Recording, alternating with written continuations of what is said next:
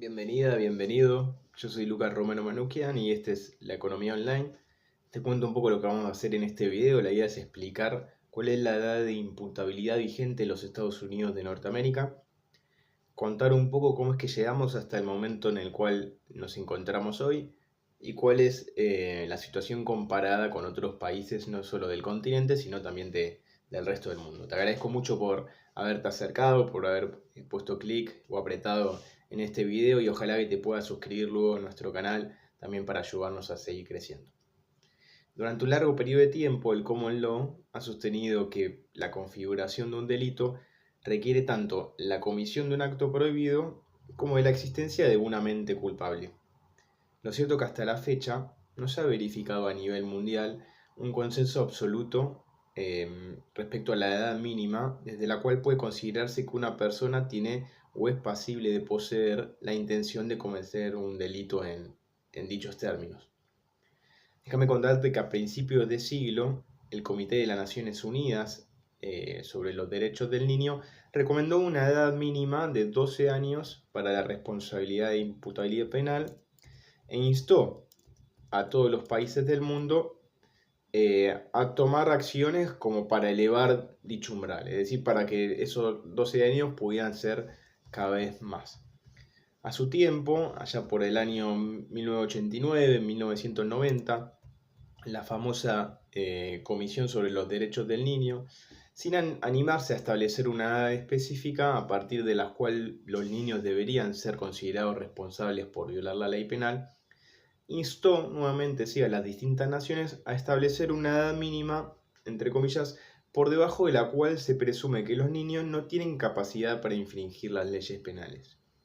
Dicha norma ha sido ratificada por todos los países del mundo, a excepción de dos. Uno es Sudán del Sur y el otro es Estados Unidos.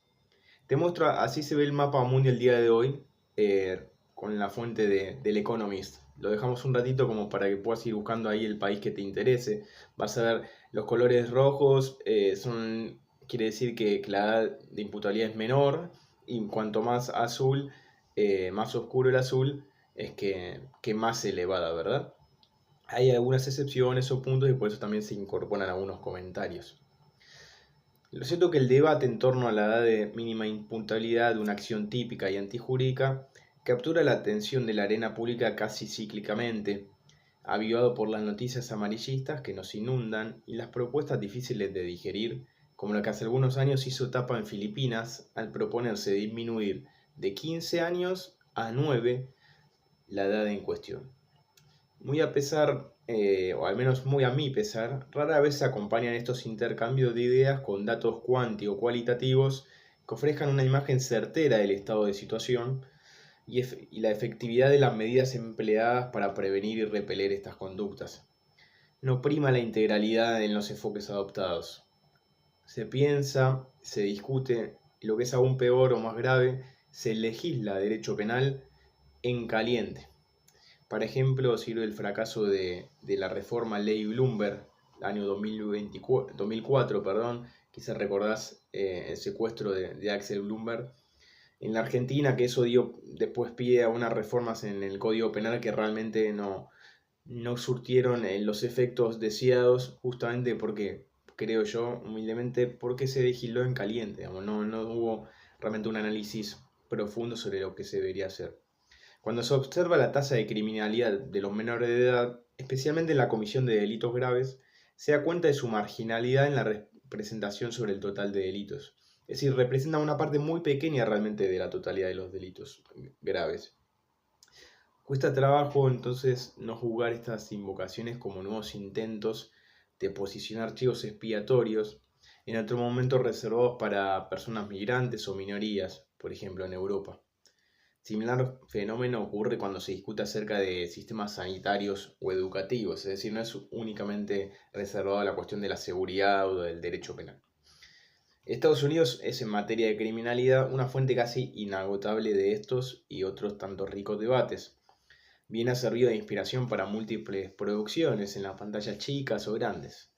Sin mucho esfuerzo vendrá a tu mente, como en este momento también me sucede a mí, alguna serie, algún libro o una película guionada sobre este ecosistema que pudiste disfrutar.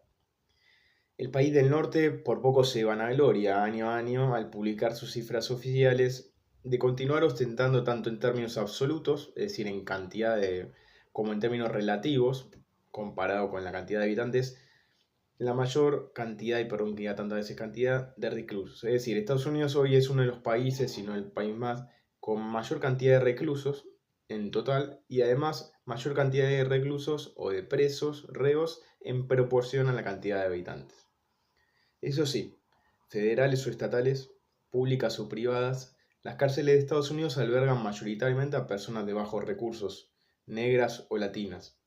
Fíjate, por ejemplo, que según la Prison Policy Initiative, el 37% de la población carcelaria es afrodescendiente, cuando sobre el total de habitantes de Estados Unidos solo el 18% son negros. Volviendo entonces ahora al tópico, de la edad mínima de responsabilidad penal, es importante comenzar que Estados Unidos ha asumido una forma federal de gobierno. Coincide en ello con Argentina. Tal vez algún desprevenido o desprevenida que no recuerde que la Constitución de la República Argentina se encuentra inspirada en la norma magna estadounidense del año 1787.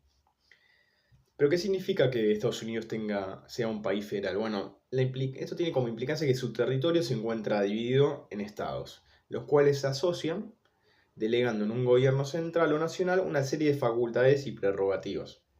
Los 50 estados que componen Estados Unidos en la actualidad dictan gran parte de la legislación que se aplica dentro de sus territorios, por lo que seguramente ya podrás imaginar, existen grandes diferencias entre las normas de las distintas jurisdicciones. Para que te des una idea, la edad mínima de imputabilidad establecida tanto a nivel federal como estatal, 33 de los 50 estados que componen Estados Unidos no cuenta con una edad mínima de imputabilidad, permitiendo, teóricamente, que una persona sea sentenciada por un delito a cualquier edad. ¿Qué es lo que sucede en la mayoría de los casos? Bueno, en la mayoría de los estados se recurre a un examen de capacidad para determinar la responsabilidad penal, es decir, de la persona que se acusa. Entonces, de nuevo, 33 de los 50 estados no cuentan con una edad mínima. Entre los que sí establecen una edad mínima, Carolina del Norte es el que tiene la edad mínima de imputabilidad más baja, 7 años, mientras que Wisconsin la más alta, 10. Fíjate, son realmente números muy bajos. Te muestro acá un mapa, este ya es de los Estados Unidos, donde también puedes ver la edad por cada uno de los estados. Vayamos un poco a algunas estadísticas. Se calcula que más de 2.225 menores de edad, es decir, inferior a 17 años en este caso, en los Estados Unidos han sido condenados a cadena perpetua sin libertad condicional. Todos estos casos plantean importantes conflictos jurídicos, criminológicos y morales, por supuesto. La Equal Justice Initiative considera que una sentencia tan dura para los delincuentes más jóvenes, niños entre 13 y 14 años, es cruel e inusual y viola la octava enmienda de la Constitución de los Estados Unidos. Estos niños deben ser resentenciados a penas de libertad condicional elegible tan pronto como sea posible, según la visión de esta organización. A nivel federal, es decir, solo para determinados delitos, la edad mínima de imputabilidad es de 11 años.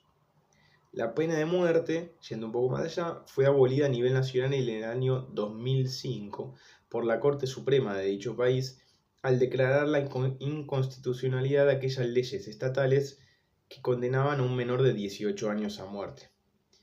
Al concluir que la pena de muerte para los menores de edad es un castigo cruel e inusual, el tribunal citó a un consenso nacional en contra de la práctica, junto con la evidencia médica y de las ciencias sociales, las cuales demuestran que los adolescentes son demasiado inmaduros para rendir cuentas por sus crímenes en la misma edad que un adulto. Antes de este fallo, me refiero al fallo Roper versus Simmons, Estados Unidos era el único país del mundo que seguía aprobando la pena de muerte juvenil.